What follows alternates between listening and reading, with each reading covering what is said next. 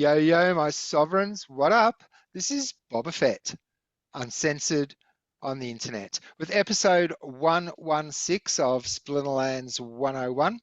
Joining us again, co-host of the show, finest gentleman who ever lived, Matt Clark. Howdy, howdy. And the man behind the Pouffet Poussey, Gio Tricks. How are we, gentlemen? Welcome all. So we've, since the last episode, we've had the end of season, and is such an exciting event that it was. I didn't get to record it this time because like when I opened up, there were so many different pop-ups from some Splinterlands that the time after I claimed, it wouldn't load. So the claim worked, like I could go to Splinter Share or Peak Monsters and see what I got, but there's nowhere on the new interface to replay. Like on the old interface, you could go to details, see my last, and all the chests would pop up. So, but you can't do it on the new one. So I got as far into the recording as, you know, my mantra, let's open these chests, and that was it. I thought maybe I'll just chuck on the Splinter Share at the end to show people what I got. But I thought that's not why people watch chest openings. So yeah, there was no recording of this monumental event for the end of an era, end of season chest opening. Yeah. How did everyone go with the final chests? Very good. Yeah, very well. I think I had 49 gold chests, nothing remarkable in there. I mean, bits and pieces, a few potions, always handy to open chaos packs. But otherwise, no, I'm not. I didn't grab much of note. I've grabbed I've secured one BCX on Quora away from getting her to level 3 with immunity, which it's so close now that I'm worried that it's not going to be everything I dreamed of, and maybe she's not going to, you know, automatically kill everybody all the time. She will. Yeah, good. Okay, thanks for that, Gio. Yeah, so no, it is a shame. I had my daughter Evelyn open the last chests. Said, "Here, you come and do this," because she's always enjoyed opening chests. I've got 5,000 glint. I've got saved up, so I'm going to do one master drawer now. I don't actually screen share, so I might just do that, get it done, rip the band-aid off, and let's see what I got with my one master drawer. I'll just tell you. It is 7 rare Eternan Brutes, which I think I needed to max him. Yeah. So it's not incredible for like a master drawer to just get 7 copies of a rare card, but it is a summoner, and that does get him to max, I reckon. Yeah. So that's almost like, yeah, okay, that's good. All right, good, done. Yeah, I actually opened up the wrong one for that's actually my end of season there. And I did manage to do some leveling, but what was it? One of them, 34 Ravenhood Wardens, and he's already maxed in regular and gold. You've always been blessed with that card for some reason. It's just loved you. And 60 dumb cakes. Yeah, so I got a ridiculous amount of the wrong cards. Octavia. I maxed Octavia. Nice. So that was one good thing out of there. But I didn't realize too that this season no SPS. No SPS, yeah. I thought this was going to be the last one. Yeah, me too. So that was a little bit of a bummer, but yeah. So yeah, we've got a bunch of potions for you, Matt, and seeing as Gio is the time-starved one at the moment, maybe he should go first. How many potions have you got, Gio? I surprisingly have a fair bit. Where are they? Okay, let me bring it up. And I have, well, that's a weird off ratio. Alchemy potions, I have 1,400 of them. And legendary potions, I have 982. So. Okay. That is quite uneven, yeah. So 982, that would be 200 packs minus 4 packs? 982 divided by 5, 196. Yeah, 196. Yeah. All right, 196 packs going to Poufe Pousse. And while Yes. you're doing that, I'll just move all of my single BCX cards over to one of my bronze accounts that I don't use anymore. Yep. Let me remove this. Just trying to pretty up my. Yep. Okay. So now I got those. Let me know It's when you. amazing. Like, Yeah. it's amazing what we take for granted because we're on Hive, right? So imagine on other chains, if we're on Ethereum or Solana and we're saying, okay, I'm going to send you this many packs and then you're going to open them and send the cards back to me. In the meantime, Bob is getting ready to do that. He's delegating those cards, the single BCX reward, Chaos Legion cards, to a different account so that he can not have to worry about. And we can just get all this done while we're still chatting. There's no half-hour delay while we're waiting for block timing. There's no, oh, by the way, there's $200 in various Gas different fees. fees, yeah. We're literally just chatting while we're doing all this. I just think we take so much for granted on this chain. That other people, if they were aware of what we're doing and how easily we're doing it, they'd just be blown away. Yeah. And the only reason that everything on the internet that's Ethereum based is still Ethereum based is because people just don't know. It's the only, I mean, if they knew, of course you'd change. Why wouldn't you, you know? So yeah, I think the only reason for that is just people just don't know about Hive. It's the club, man. The club can be shit, and yet they can be stubborn. You know. It's the network effect. It's like Facebook. You know, if you've got Yeah. everyone there, then everybody can want to leave, but they all stay because everybody else is there. Yeah.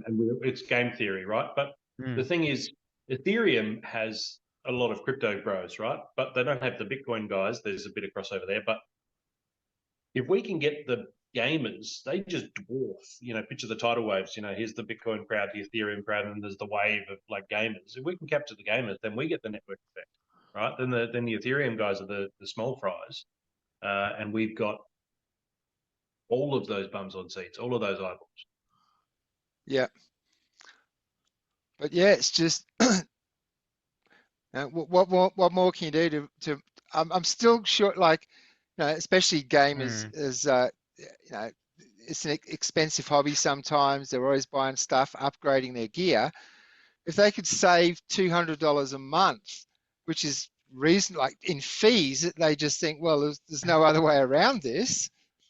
So what, I can do it in 3 seconds and it doesn't cost me anything.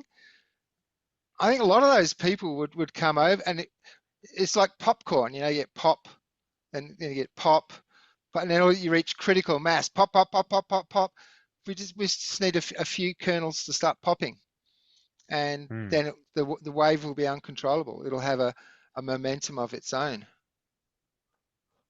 Yeah, but I guess also some people on those sides that they probably would look at Hive and they might say, oh, it's not completely decentralized. That's why you're able to have these low transaction fees, right? Because at some level it's not, but you know, it is the same taken because of the witnesses. That's the only thing, right? Is that what makes it?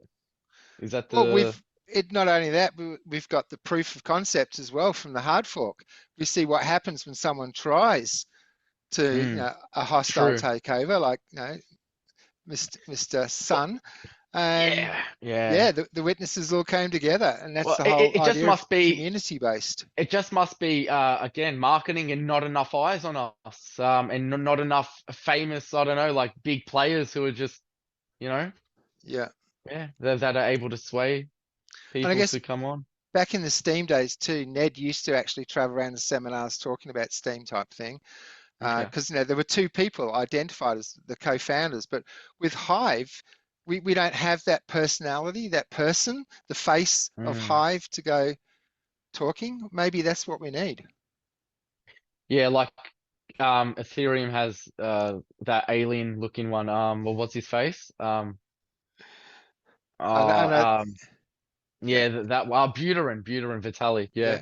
ADA has Chris, Has Charles. Blitz has Mick, Mike. Yeah. Yeah, exactly. Yeah. Ergo has Alex Chapertnoy or Perturnoy or whatever his name is. Yeah, the polka dot dude. Yeah, you're right. They all have like a Face. main guy that everyone like fanboys over. Yeah. So Hmm, maybe that's what Hive needs. Yeah. maybe. Right. Well, I So got these packs here. I can yeah. like slowly one by one, and we can just talk Okay. while we do this. So All I'm right. happy to do that. Just slow roll it, you know. Yeah. The Glint system. Are we really all like, over the moon about it? I'm personally not. I'm not yet. I'm not convinced Yeah. about like, yeah, I'm not convinced yet. Like the prices. I love the store. I think the storefront's cool. It's just it feels like the prices or the Glint needed to get the same sort of amount of rewards I was getting before seems really high, man. Seems really high. Yeah. And I was kind of hoping that there would be the opportunity within that to like pick, okay, I need legendary, rather than the percentage of each and each one. Have one of them will give you common cards. The higher one was it? Oh, Matt, I got you a gold foil legendary. My It's a dude. fiend. Love it. Yeah. yeah, Love it. Thanks, mate. Yeah, the Glint system, I think it's too early to tell personally. I'm struggling around Gold 1 just because I'm still adapting to Modern, Mm. and I've only got Chaos Legion cards. I don't really have Rebellion. So, I mean, don't get me wrong, I'm not complaining. I've got reward cards, I've got Gladiators, so that's all helping. And now that Eternan Brute will help a lot too, because some of my Fire Gladiators have been really good, but I've not been able to bring them into max teams. So I sort of feel like if I can battle my way back up into diamonds and just with a few key rebellion cards, then I'm expecting that rather than sort of 150 glint per win, I might be getting up to 300, 350, 500 glint. And that's when you start going, okay, well, this isn't too bad. There's 10 wins to buy the top level draw. I think it's too early to tell. I do know a lot of people were pissed about getting potions and about Mm. getting, trace amounts of SPS and that type of thing. So I think this gives the player a bit more control over how they want that all to look and how they want to fill gaps in their decks. If you've got a lot of common cards missing and you just want to max out your commons, then you can just get a whole lot of those low level draws. So there's a bit more gamification there, and I do like the idea of saving up a lot of glint instead of like if you get to max and then you've got a lot of cards at max and then you've got enough glint even saved up for the next set of reward cards, then you can save up and get some of those titles and just apply them to land plots. So that might be more appealing for me because I have plots that have a legendary totem, massive amounts of production points. They're legendary plots, a title which I don't currently have applied to that plot can give me astronomical benefits, right? So a title to most people who've got common plots, maybe a rare plot, low PP cards, no totem, they're like, oh yeah, a title would be good. But for me, a title could be really, really, really productive. So I guess in that respect, I'm really looking at those and thinking, how do I boost my glint earnings? Because that is really, it's almost worth burning cards. And I know I can't believe I'm saying that out loud, but maybe you guys have got under my skin and into my head. those gold foil potions are rather potent, Gio. You got some gold foil summoners in there, and Yeah. quite quite a lot of legendaries. That was Go quite. for epics. Yeah. You got gold foil Tasso, gold foil Obsidian, and you got two of something, and um, can't remember what it was. Yes. Straggler. Two deep Thanks for that, lunkers. Go Tim. for it. No, it Ah, was all I in. good, man. appreciate that, Gio. Thanks for doing that, mate. Ah, no worries, man. You know how it is. Our potions were for Chaos you, man. That's Dragons. the whole point. All right, Yeah. Bob. How many packs do you have, Bob? Um, let's have a look. So my potion ratio is also very uneven. So smallest is 743 divided by 5, 148. Easy.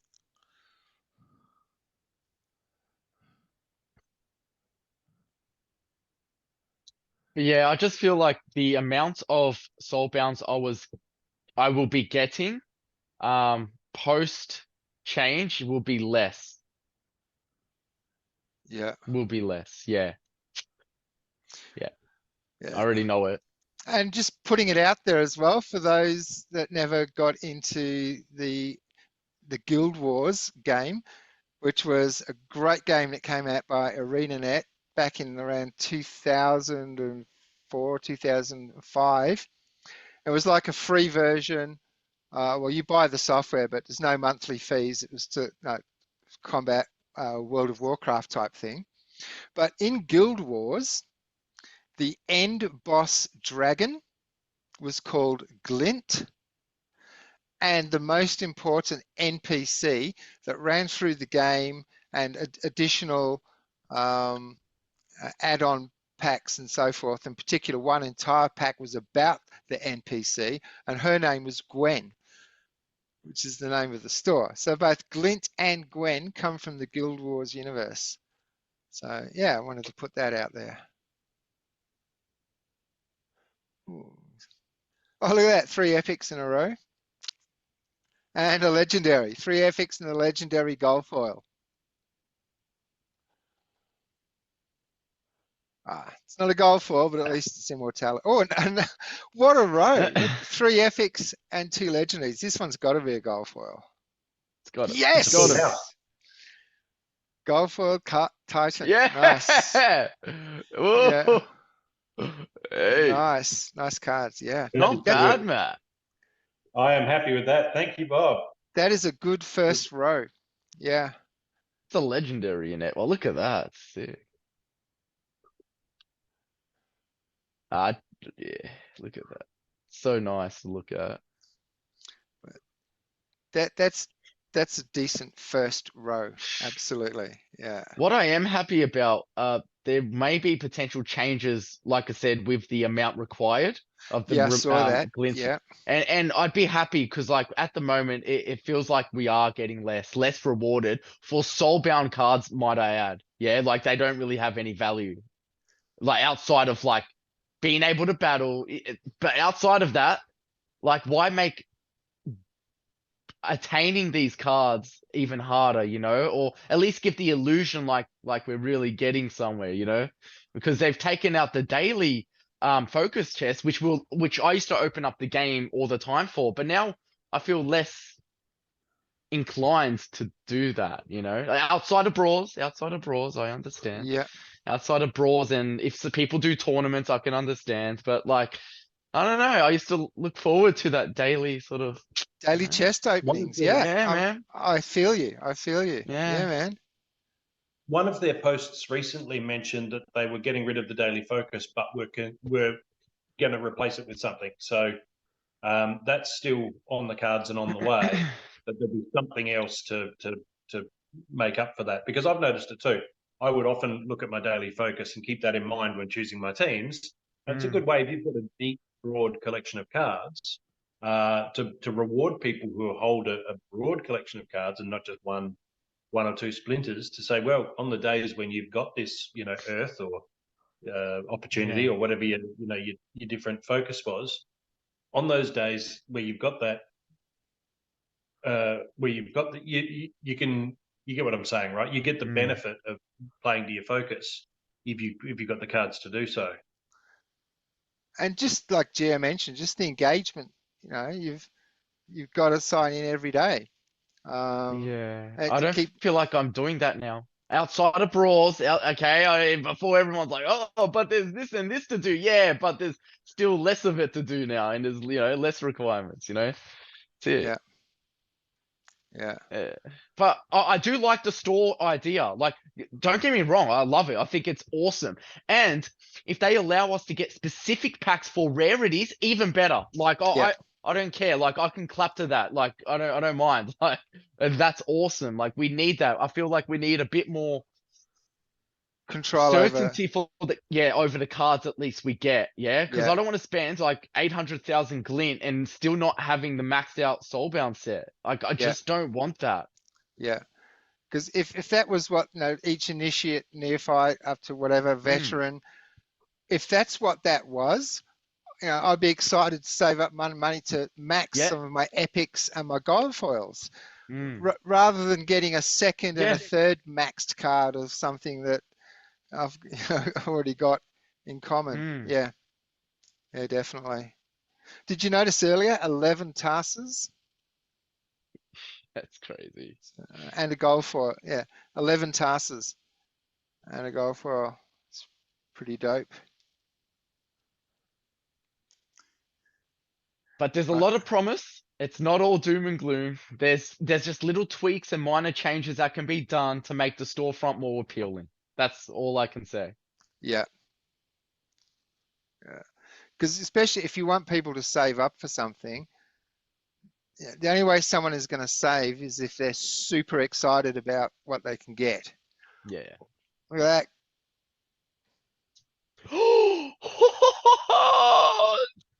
Double! So you got Three! two gold foil legendaries, man. Yeah, And one in the Three first all round, up. one in the one.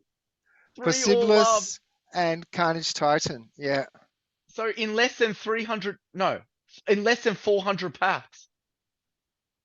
147 or 148 packs, I think it was. Yeah, and 196 packs or something. From Yeah, me. and gold foil Possibilis is $58, and gold Nice. foil Carnage is $36. So it's around the $90 mark, I reckon. That just those two cards. So thanks, Bob. And then the Fiend, 90, 100, 110, maybe 100, 120 in gold foil legendaries, let's say. That's insane. That's awesome. It's really cool. So let's And have a that's look only at if I sell this. them now. Yeah. Sorry, Bob. I said that's only if I sell them now, but hang on to them for 3 or 4 years. Who Yeah. knows? All right, so Oh, that's right. that's on my land. Let's just Oh, scroll that's down a right. I bit. have to send the card back. Well, you don't have to. You don't have to. I mean, here's quite. It's going to take him at least 2 hours to get to your house, assuming there's a flight available straight away. So you got a lot of carrion shades, a lot of Riftwings, Shadow Snitch, Crypt Beetles. Actually, Silent Charvi, I've noticed with my pack openings, he's getting pretty rare to get for a common. The old Charvi, Stranglers, Sappers. Same with the Cursed Windeku. He's becoming very rare in Chaos packs at the moment. Wow, you got a lot of Morphoids. Actually, let's bring the filters on and just go gold foil. I'm Right. seeing Cursed Windeku in modern a whole lot more than I ever saw him in wild. He's really popular in modern, especially those lower mana matches, just because he's got the thorns and it's just quite a really good tank. All right, cards should be sent.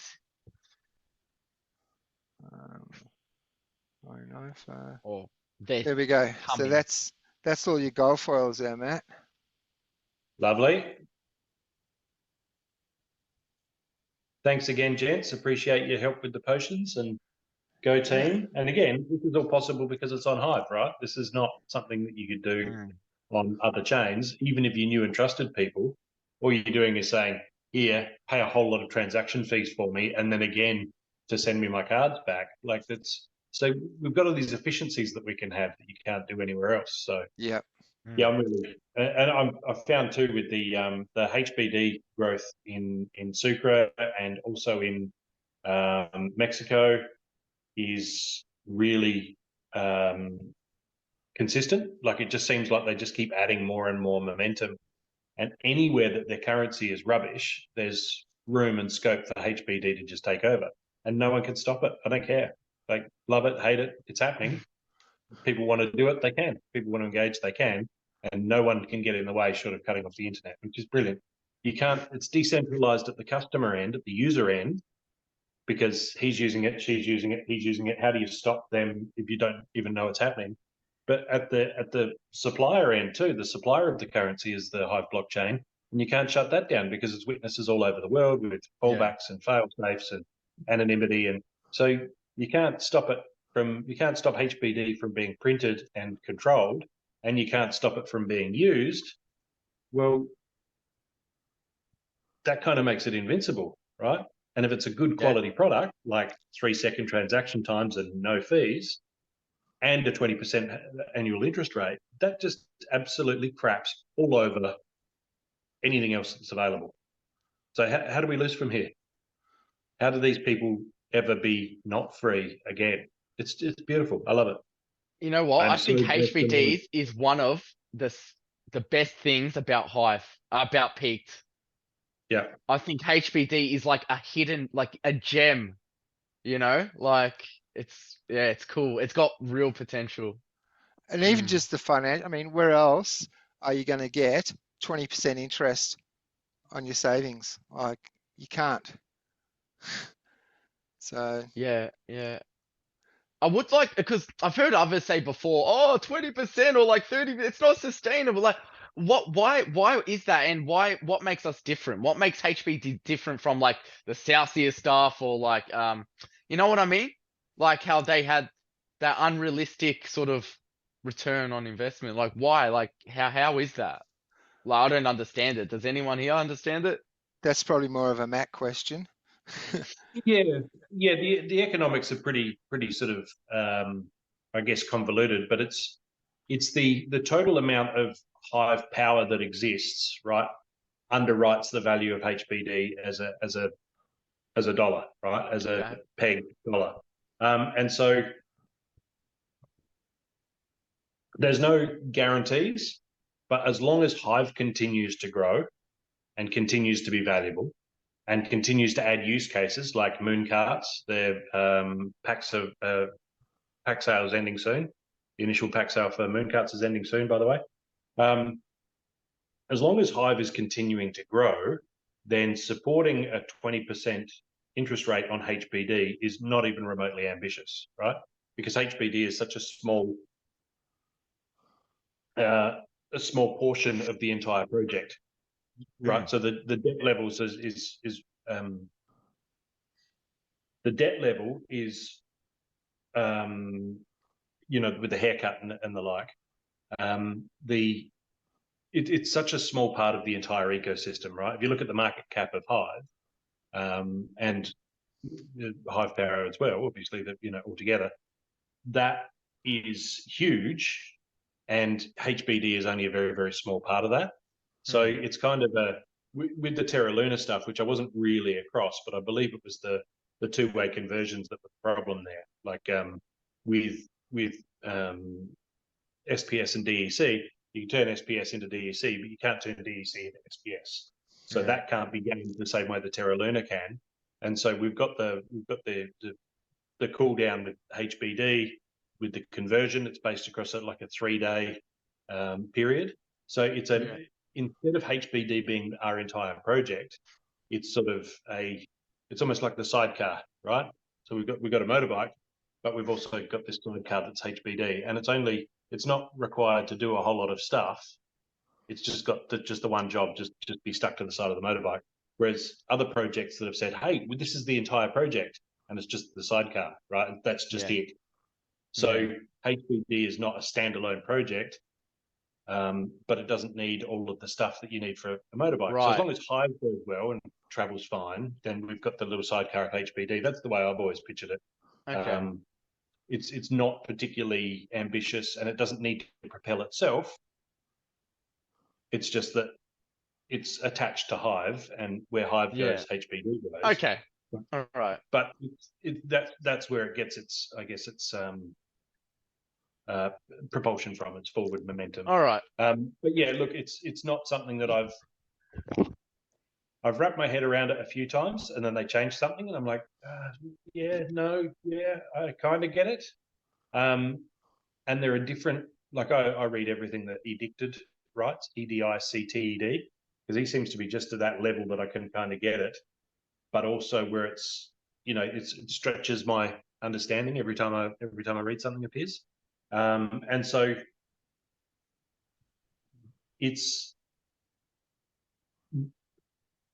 there might be other vulnerabilities that we're not aware of. That's always true, right? but the things that have sunk other projects, we've been specifically designed to avoid. Right, so it's like we know where the icebergs that have sunk other ships are, and we've avoided those icebergs.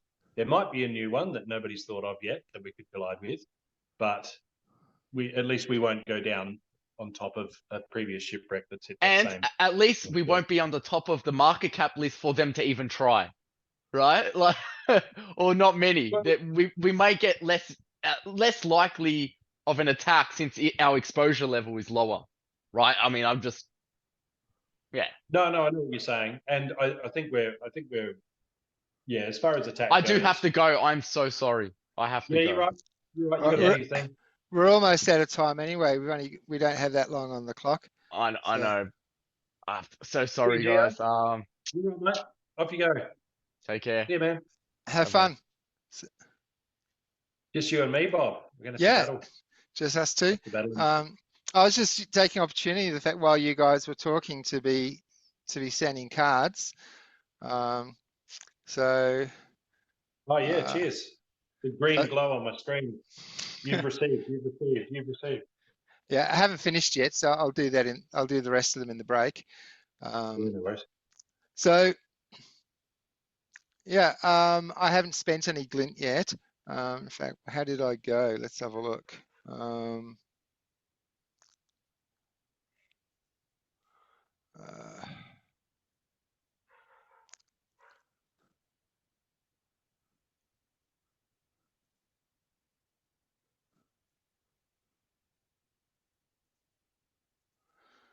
So I got 8,000 glint for 50 energy.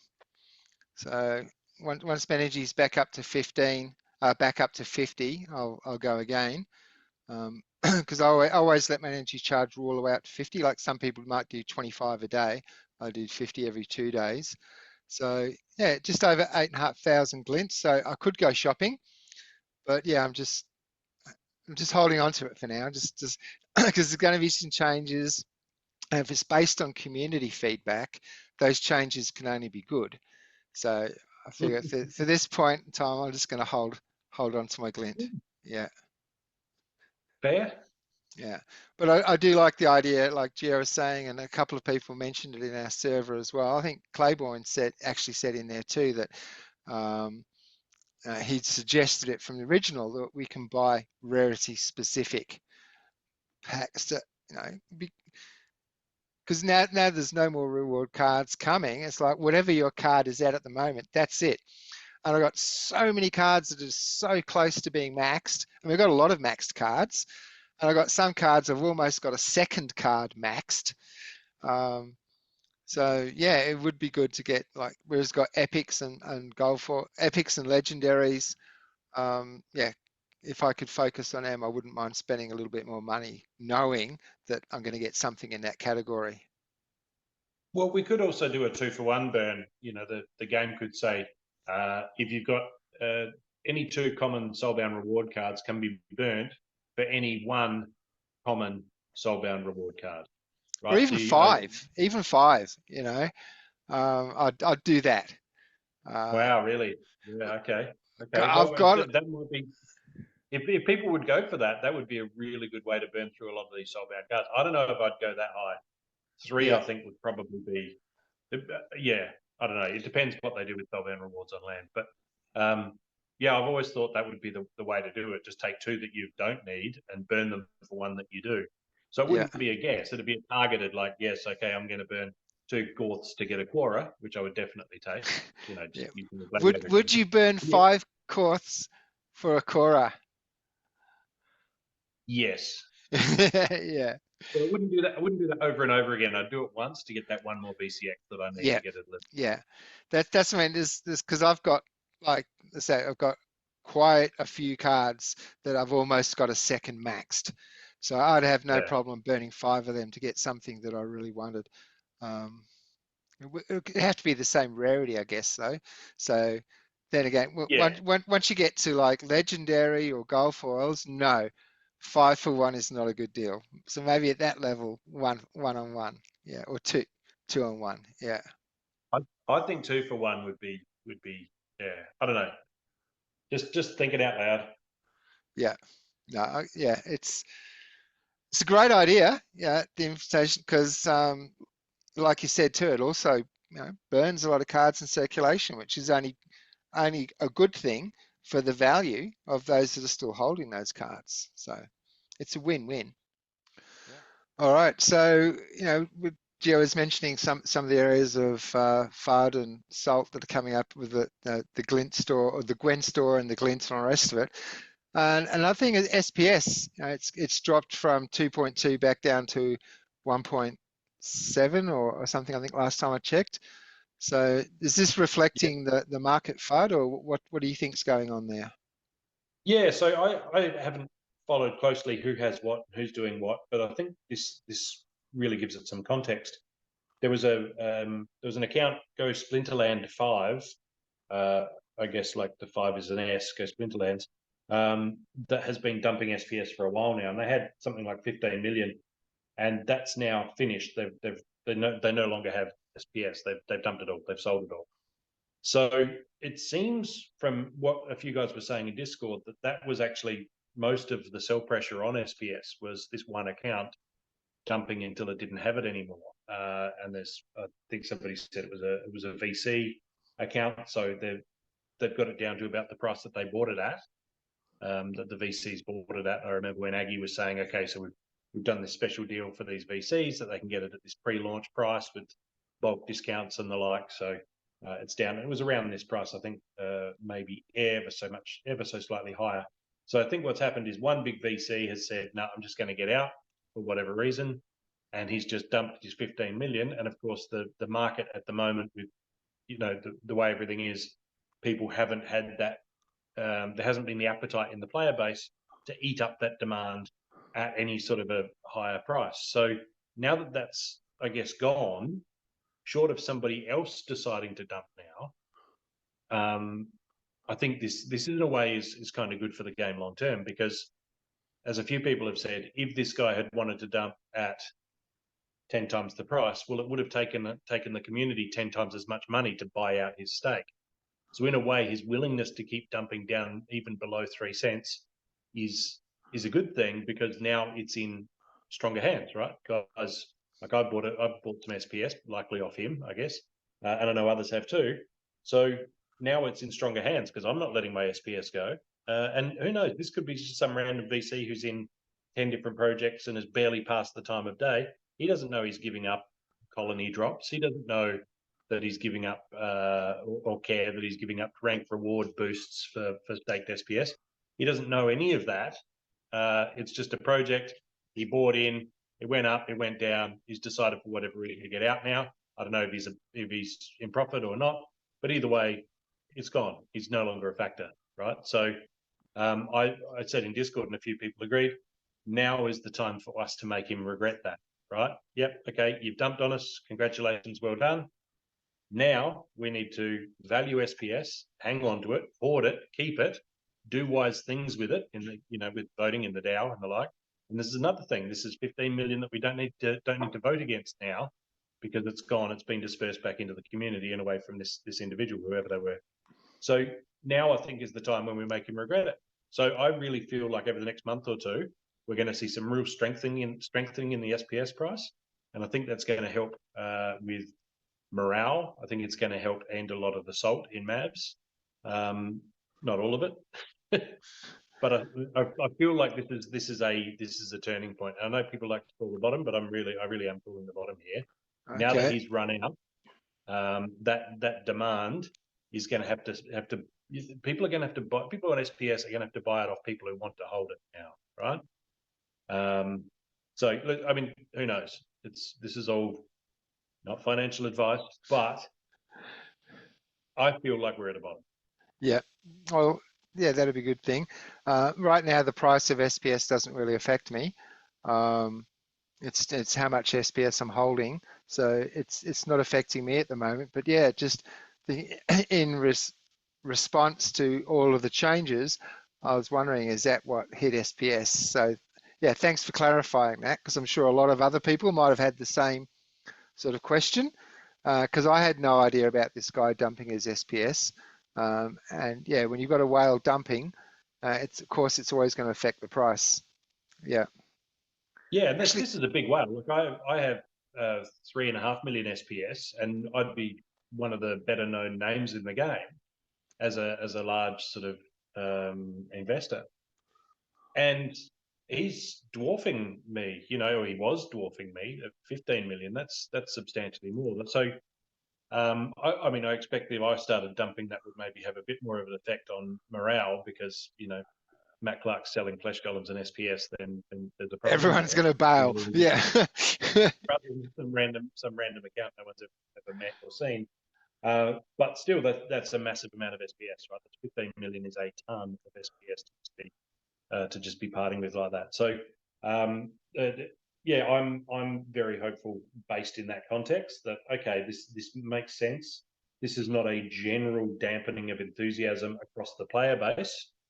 I would much rather have one heavy hitter selling out and then once he's out, than have half the players in the game each dumping smaller amount because then you've got a systemic problem somewhere that needs to be addressed. So Yeah. this is, I think we're in those golden years when, or those golden days, weeks, when people who arrive will look at that and say, I can't believe the price was under 2 cents and you just sat there and didn't just buy the living crap out of SPS because we're around that halfway mark of the distribution, that 5-year distribution for SPS.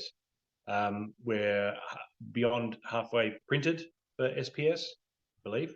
So it's going to get harder and harder to get SPS. And as more Yeah. players come in and more players are competing for SPS rewards in battles, that's going to become more competitive.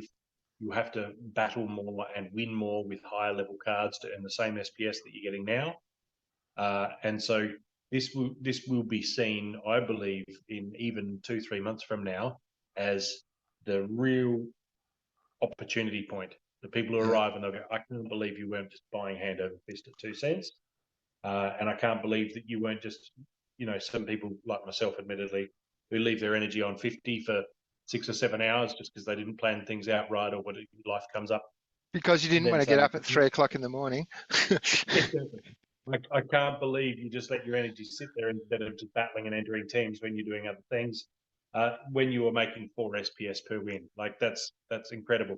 Now we've got 4 times as many players. Now you're getting 1 SPS per win, right? Why did I, and then that whole why didn't I recognize this opportunity for what it was, and that hits 20,000 brains all at once, and that's when the feeding frenzy starts because that's when guys go, I need to battle more. I need to snap up these cheap cards. I need to snap up these cheap Chaos Legion packs. I need to grab this SPS now that it's still under 5 cents.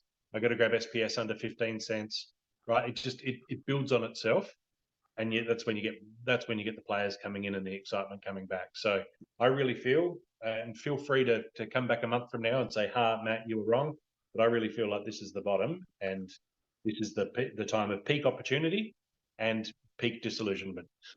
Well, I don't think anyone that follows you on Twitter would do that because of sharing your posts like from years and years ago. Bitcoin's going to be $5,000 by this date type thing. And like your comment, oh, okay, I'm going to tag you in this when you say, why didn't you warn me? So I don't think anyone's going to call you out on that because they don't want to appear in one of your future Twitter posts. Yeah, that was Facebook, and that was really funny. That was April 2013, and Bitcoin was $50 a pop, and I posted. I said, look, in 2020, Bitcoin's going to be $5,000 a piece, which seemed completely outlandish at the time because it was still 7 years away, and they were $50. To go 100x would be just absurd. And so I said, when you say, why didn't somebody tell me about Bitcoin? This is the post I'm going to tag you in. It's all about personal responsibility, right? Hey, Yeah. you don't get to say, nobody told me. No, I'm telling you, I'm poking you in the chest and saying, this is me telling you. Don't Yeah. come at me and, oh, Matt, why didn't you? I would have recognized the opportunity. You can't say that anymore. You can't tell yourself that anymore because this is me. It's all about that personal accountability. And yeah, that came really good. Yeah, Yeah. I undershot. It was $7,000, I think, was the lowest it got to in 2020, roughly, US. So I underestimated it, obviously, when saying it was $5,000. But yeah, that was that was pretty. That comes up every year in my memories, and yeah, that's pretty cool. Yeah. It reminds me of back in the day, this would have been 24, 14, yeah, probably around 14-ish. One of my two really close friends, still very close friends to this day. One is my friend Kurt, who lives here in Jalisco, Mexico. He's now moved to, actually, he's just rented a business premises for 12, we're talking about Kurt here. He's rented a business premises for 12 months, and he's going to be running a business here in Guadalajara. It's a bar with different nights, different themes, but a bar that doesn't sell alcohol. It's going to be like kombucha-based drinks and cocktails, but all non-alcoholic.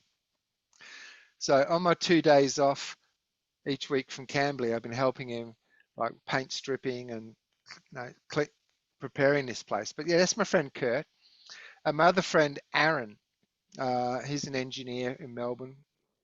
We're definitely in my top, very, very inner circle of friends. And I was living in a share house in Alphington once with Aaron when he was mining Bitcoin. And at the time, it got to the point where the electricity cost of mining was not worth what he was making at the time.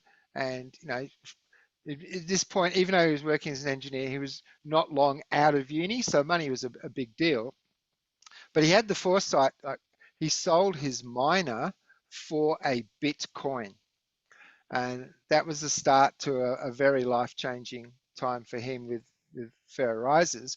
But because of life at the time and moving and whatever was going on, I didn't catch, because Aaron, actually, I went to his wedding out in the country. He moved right out to the country, and I went to his wedding, but because of the distance involved and other reasons, we never caught up for quite a while until Kurt came back to Australia when he was deported from Mexico, and he stayed at my place for a couple of weeks. During that time, we caught up with Aaron, and I was sort of out of the Bitcoinish loop. Kurt got me into Steam at the time, got me into the crypto while he was here.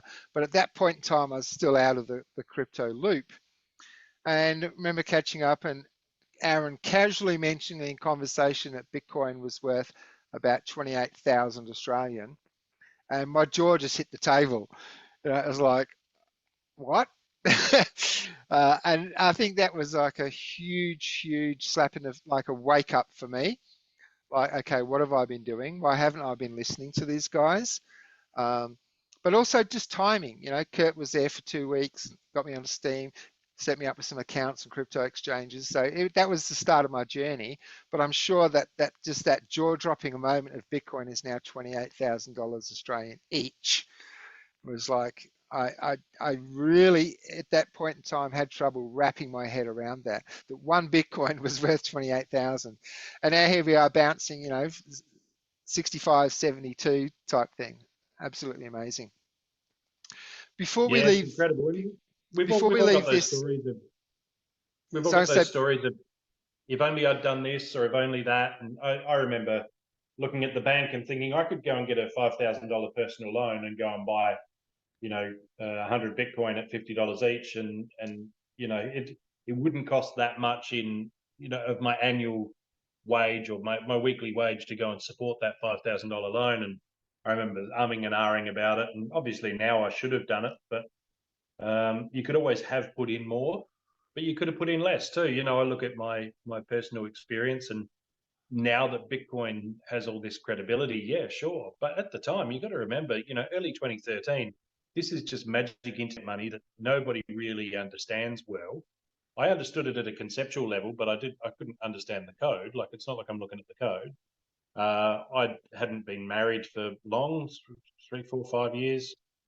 We had a 3-year-old and a 1-year-old, and I wasn't in a particularly well-paying job. So I look at that and say, oh, why didn't I just throw everything but the kitchen sink at the at Bitcoin? But the amount that I put in was reckless, completely reckless at the time. So I guess you've kind of got to forgive yourself and recognize that back then I was a different person.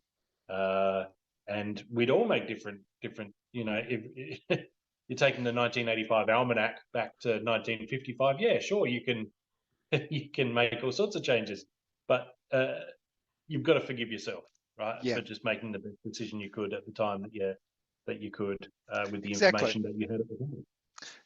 Judging yourself today at a time back in a point where you did not know what you know today is insanity.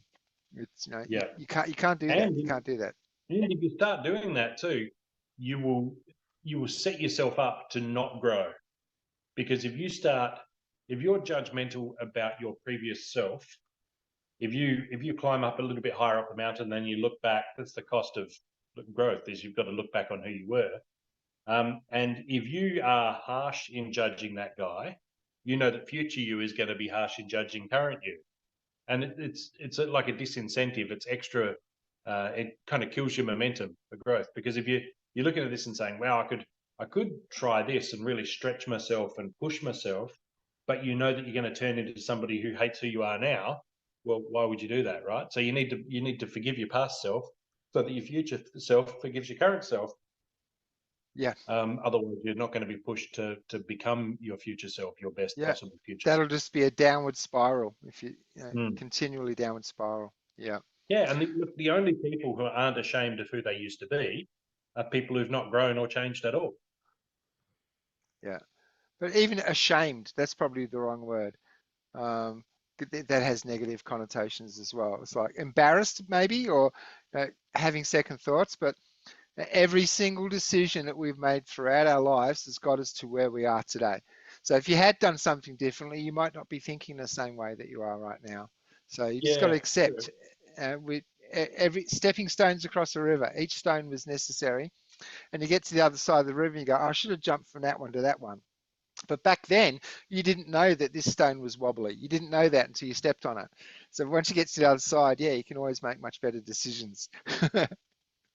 Well, one thing that helped me a lot, because I used to get tangled up with the whole what if, was when my firstborn Henry was born. That for me was a moment of, okay, cool. This is the destination that I was trying to get to all this time. And because he's just perfect, I mean, he's 14 now, so maybe somewhat less so. But at the time, holding him and seeing his little nose and his little ears, and because Five he's so fingers, great, five toes. Yeah. he vindicated every decision that I'd made right up until the moment when he was conceived, right? Because that every decision that I'd made led to that moment, and that sperm meeting that egg and making this perfect child. And so for me, that was, I don't know if that's nature's way or God's way of giving us that a way to just draw a line under it and say, okay, everything that happened beforehand is definitely in the past, and you don't have to regret any of it because it led you to this point, and this point is great. Yeah. So yeah, that for me personally was a turning point, instead of getting tangled up in previous decisions that I've made. Yeah. Before we leave this SPS screen, just a quick question, because because we're not getting SPS in chests or rewards or anything anymore. I mentioned last episode, I changed one of my grain plots to SPS mining. I used time crystals to get it all started. But I harvested the other day, but I didn't check because I've claimed already. I didn't check where it went. Is this where it goes? Land rewards? Yes, yeah. Yes. And then you've got to claim it from there before it actually goes onto your stack. Yeah. But this is where Yeah, it goes when I harvest my SPS. yeah. Yeah. All right. And just on the price, we were talking earlier, I've got a hive power down going on at the moment every Wednesday. So as recording a couple of days ago, because of this uncapped ability now with playing, I've got a lot of cards that are limited still by the summoner. So, I've been working on my summoners. So last week I leveled Lily, she's maxed now. This week I leveled Immortalis. But it was very, very tempting because cards are my main focus. Splinterlands is my main focus. Hive is the blockchain that Splinterlands is on. I was so tempted to just buy SPS with my Hive power down rather than maxing the card. It was a toss-up, but especially now with the new Glint system, it's all about the wins. It's all about your win rate. It was like, no, I need as many maxed summoners as possible. But at this price, now am I 2 years going to go? Why on earth did I buy that card when I could have bought a bunch of SPS? I'm still tossing up with this because next week, we were talking earlier, there's a particular the card I'm going to level next. But should I be buying SPS instead? It's just a dilemma. Like what because at the moment I definitely can't put any fiat in. As you know, since I've been in Mexico, I've been jumping Airbnb to Airbnb, but I've been doing that deliberately to explore different parts of the town. 2 weeks here, 2 weeks here, a month here. But I've actually, through my friend Kurt, a friend of his, I've got myself a private rental from April. And in fact, this is Kurt's old room from like 10 years ago or something, but he stayed friends with the guy. And I went and checked it out on Tuesday this week. It's an amazing place. It's a huge house. The guy owns the house. Like he's Mexican descent, but he works for an American company, so he's living in Mexico, getting paid US dollars, and he rents out 4 of the rooms in his house. But it is a massive house. And my room, I went to check it out. There's like the bedroom and like a doorway and a little window type thing to a separate study, and then the door out into the house. So it's like a study and a bedroom with a wall between. It's perfect. And for the same price, what I've been seeing from Airbnbs are total dumps. And I've only been choosing super hosts on Airbnb. And I must ask the question, how the hell do some of these people qualify as a super host? You get the impression after you've been there a couple of weeks that the day that they took the photos is probably the only day in a year that they actually cleaned. And so many other factors. Airbnb, it's such a dice roll. It is such a dice roll. There's not enough regulation on Airbnb. So I'm glad to be ending the Airbnb circus. And because it's a private rental, there is a bond involved. So Tuesday I paid the bond to secure this place for April. So I'll be moving there in April. I'm really looking forward to that. But in the meantime, I've been cranking my hours on Cambly to cover all, because basically this month, instead of 1 month's rent, I've got to pay 2 months rent. So right now I cannot be putting any fiat into the game. So my Hive power downs are the only way I'm maxing these summoners at the moment. But it is a step in the right direction once I move into this place. It's like I said, it's amazing. It's half the rent that I was paying in Melbourne for an absolute dump as well. So yeah, super excited about that. Yeah. It sounds like everything's really falling into place for you, Bob. That's great. And if you got not just this guy, but he's renting out 4 rooms, that's 3 other friends that you can be making. Their contacts, they're going to know about local opportunities and possibilities, and even somewhere to go and get lunch that's a little hidden away, that's a real nice spot. So yeah, I could see you burrowing in there and just living there for the next few years and just enjoying your life, and maybe getting out from that constant financial pressure of, right, I need to stay ahead to keep the wolves from the door. Yeah. Instead it's like, oh yeah, I've got 6 months worth of rent saved up in my account. I can go and do some investing, like what I said, when Bitcoin came up, yes, it was an opportunity, but if I was in a better financial situation personally, then I would have taken twice as large a chunk, right? Yeah. Instead of just diving in with what I could manage, it would be a lot more that you can make bigger moves. So yeah, I'm glad. I'm glad that's the future you've got lined up for you, mate. Yeah. And even just on the networking side, it's because of networking. It's because of my friend Kurt that I found this place, and that Kurt recommended me. Like without Kurt's recommendation, I never would have got this place.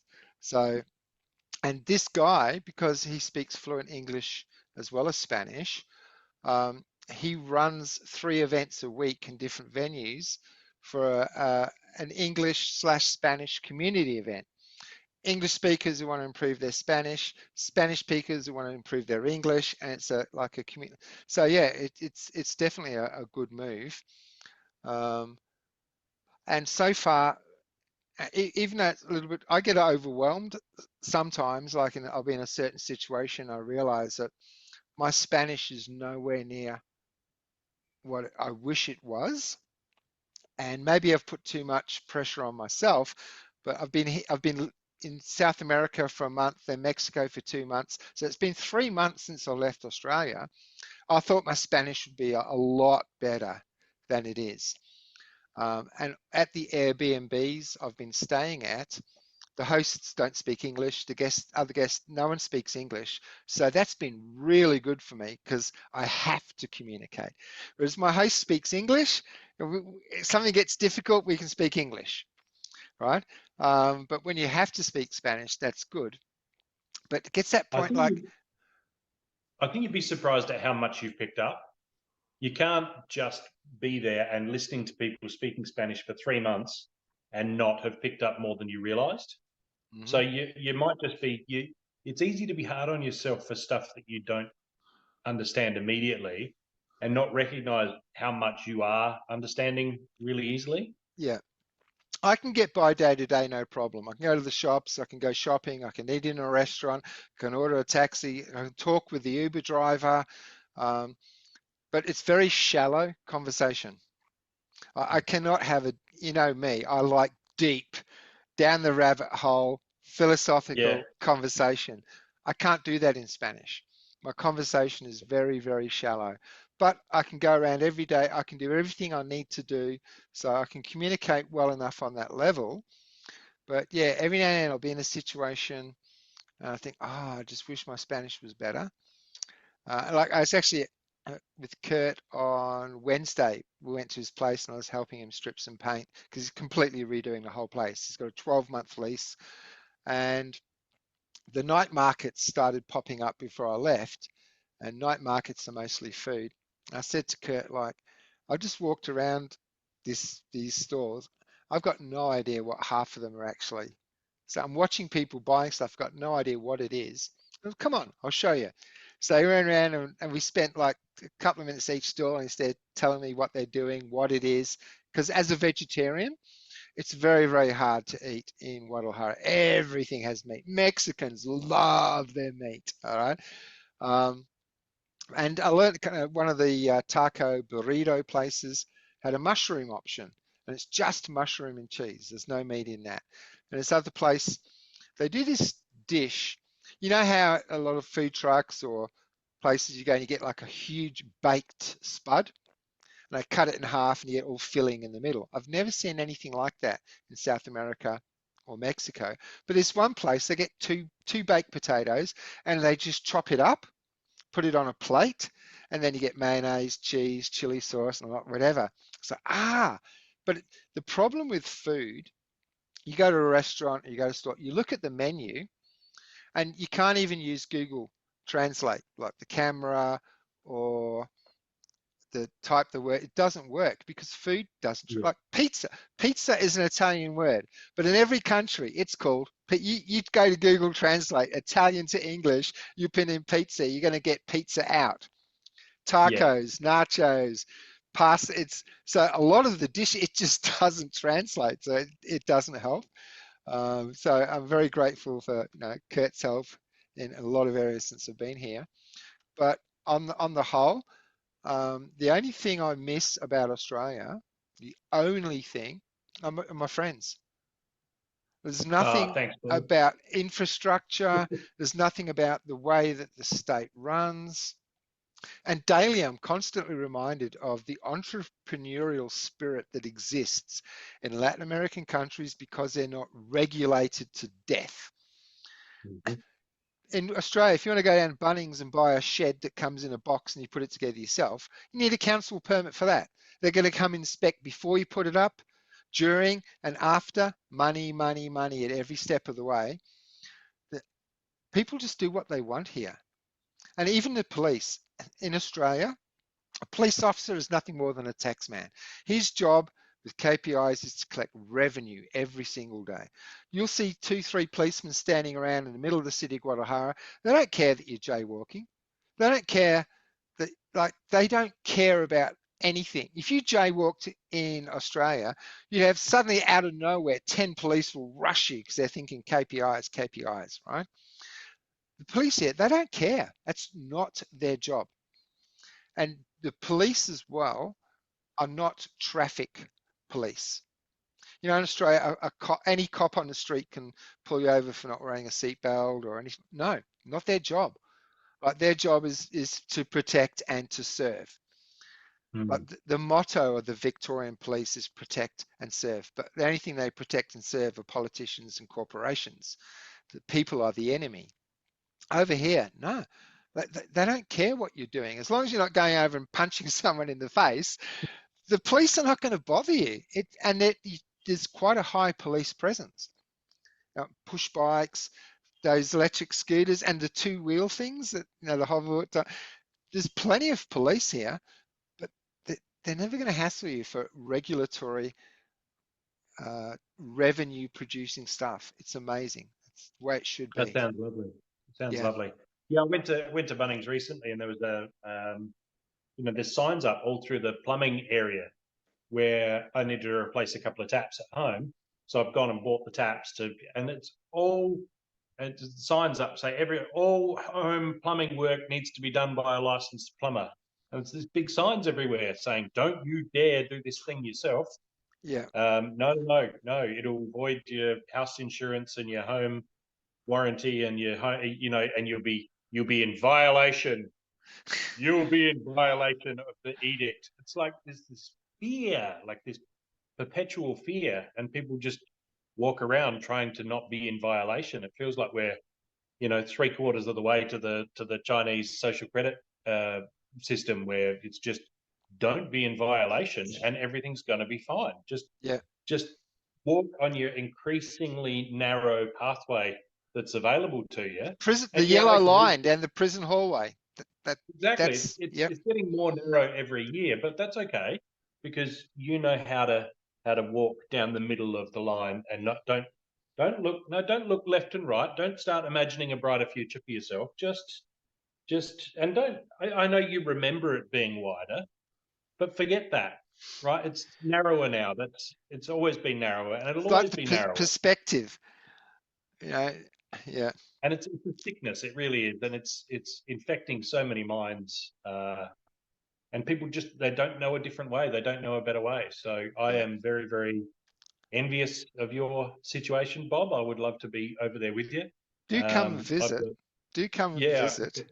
I could certainly come and visit. Yeah. But I feel like we need something. People need something. I'm actually been really.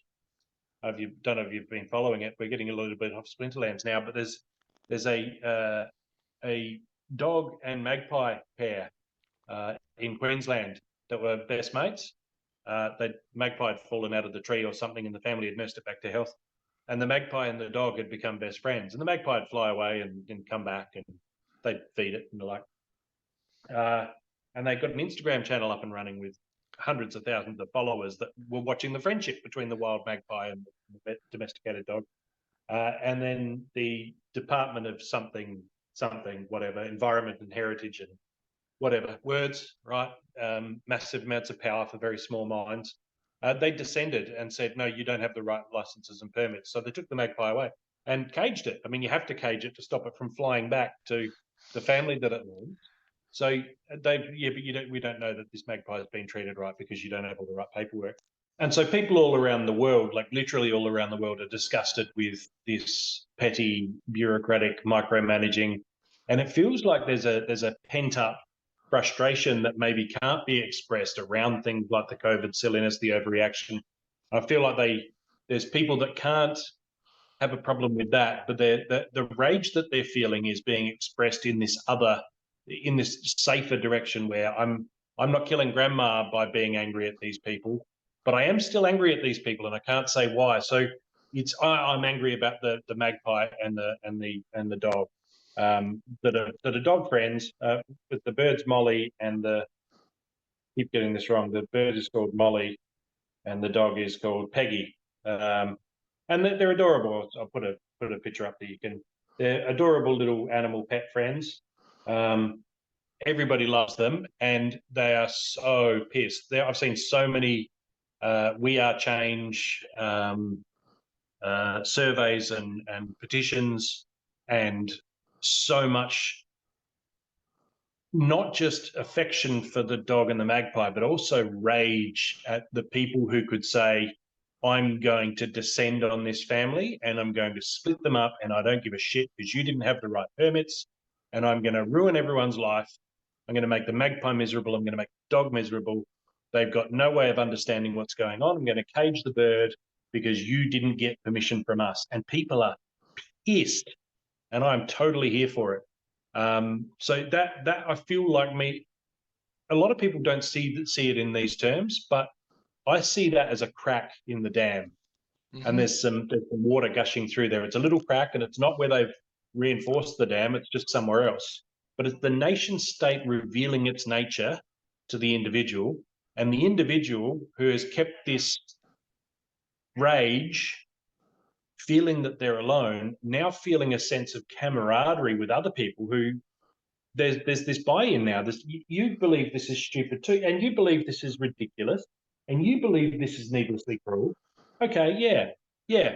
We together are pointing at you and saying you are wrong and mean and heartless and bastards, and that is really that's that crack in the dam. And I can see this being a real catalyst for some massive social movements that say, we are sick of you people and we are going to start ignoring you. We're going to start defying you. I think what really kicked it off was when people stopped getting boosters. They get to 3 or 4 and then they stopped. And that was for many people the first time they defied the government at all. Government said, you need your green tick. You've got to be a good person. You've got to get your line up and get your jab. And they got it and they got it and they got it. And eventually they went, I can't do it anymore. I'm not doing it anymore. And the very first time they stood up to the government, and all they got was healthier. They didn't feel like crap for a few days. Nothing bad happened. They've lived in fear of the state their entire lives, never wanted to get off that narrow path, just stay on the path. And then they've gone, no, you know what, I'm just going to stop. I'm going to stop right here. I'm not going to obey you in this. Yeah. Nothing bad happened. Everything good happened. When you keep saying nothing bad happened, it reminds me of the comedy skit from Steve Hughes, where he's talking about how people get offended. Oh, I'm offended. What does that mean? What happens if you're offended? Did you die of leprosy? Like, what? Nothing happened. It's like, yeah. So true. So I feel like it's bigger than people realise, right? It's the average person starting to see the state for what it is. And I think the rage that they felt and couldn't let themselves feel about the COVID silliness is expressing it in other ways. It's coming out in other ways. And this bird and dog thing is really making me hopeful for the future of Australia in particular. Yeah. But we are an embarrassment on the world stage. We are an embarrassment for how we handled COVID. We've been an embarrassment for all sorts of different reasons. And this is just another thing. I remember when Barnaby Joyce was giving Pirates of the Caribbean, I'm blanking on his name now, Johnny Depp, giving him grief about his dogs, his 2 dogs, Pistol and Boo, I think, because he smuggled them into Australia. And was like, well, you need to get rid of them or we'll kill them and all that. And it was all this grandstanding. And it's that same sort of vibe, right, where people, this is almost that. But the 2 dogs of Johnny Depp, a lot of people said, oh, you guys you suck, you're being petty tyrants, and yeah, okay, he's got these dogs and quarantined and all that. Yeah, he did the wrong thing, but put him in a kennel or something. Don't threaten to kill his dogs. That's just being petty and mean. That was the pre-COVID, right? And a lot of people were talking about it, and they, we put up with these people. Now, this is exactly that same sort of situation, where it's the bureaucrat versus the animal buddies, right? The animals that we love versus the bureaucrats that we tolerate. But it's a very different vibe now. People are absolutely pissed about this. And I think because COVID happened in the middle, there was Johnny Depp's dogs. Yeah, okay, you guys are bastards. Okay, but we know that you're bastards and we'll deal with it. Then COVID comes along, and then the next thing happens with this bird and this magpie and the dog. And now people are like, no, go away, leave us alone. We are sick of you people. It's a very different vibe. And I'm totally here for it. I'm really happy about it. Yeah. I mean, you and I, we look at an article like that and we roll our eyes, right? Here we go again. But yeah, like a lot of people, that's their wake up. It's like, hang on a sec. This is not the domain of government. It's not. And each time, and you mentioned cracks in the dam, it's not like one tiny little crack getting bigger and bigger and bigger. It's the whole dam, a crack here, a crack here, a crack here, a crack. Eventually, it's just going to cave in. And yeah, I think like a lot of international awareness, because especially during the COVID, a lot of stuff got international news coverage that wasn't covered in Australia. Just like we see a lot of stuff in other countries, it's not covered in those countries. It's like a form of isolation. But the more people that realize this is not the domain of government, that's where we want to go. Like, so many areas that they are telling you what you can and cannot do is not the domain of government. And even when you break it down, like, okay, seatbelts in cars from the 70s or 80s, whenever it was. Sure, you can justify it. It's safety. You're not going to put your head for a windscreen. You're not going to end up in hospital. But that's my decision. And if my head does end up for a windscreen, that's my bad. It's not the domain of government. And people accepted that. So then it's like, okay, now you need a helmet when you're riding a push bike. Sure, you can justify it. Safety, don't scramble your brains all over the road. But again, that is an individual's choice to make. And if it's your kids involved, well, that's your decision as a parent. Should my children wear a helmet or not? That's your decision to make. That is not the domain of government. And the more of these individual events, these little cracks that people realize the government are overstepping what we are electing them to do, collect my rubbish, build my roads. That's it. I can't think of anything else I need you to do. Like, this is what we need. Abduct my magpie is not on the list.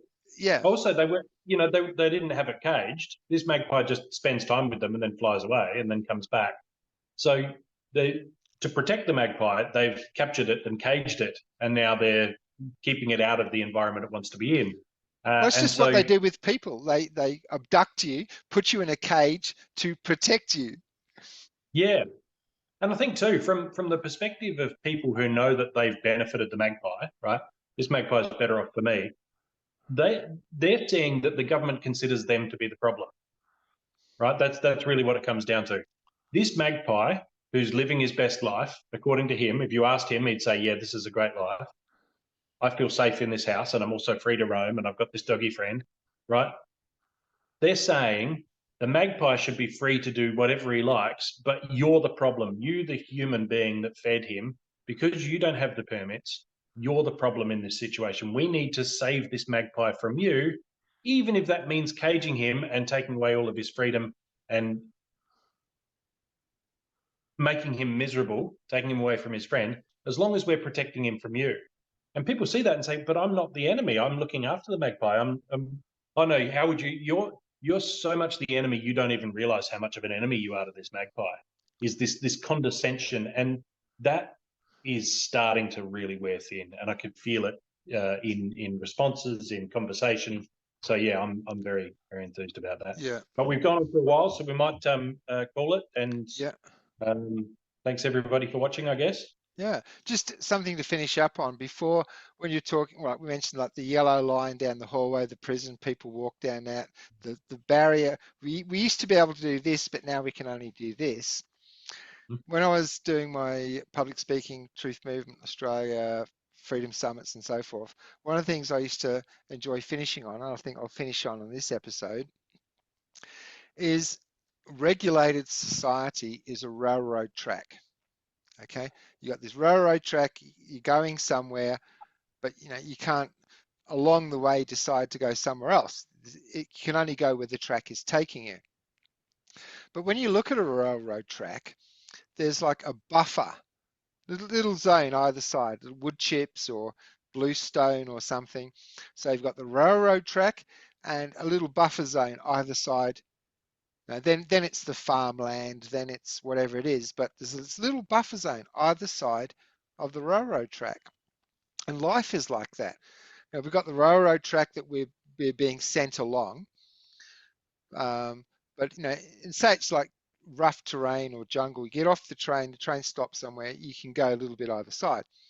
If you go too far in one direction, they come for you in blue uniforms. If you go too far the other side of the railroad track, they come for you in white uniforms. But either way, you go too far, they come for you. Is this what we want? I'm Boba Fett. Peace out.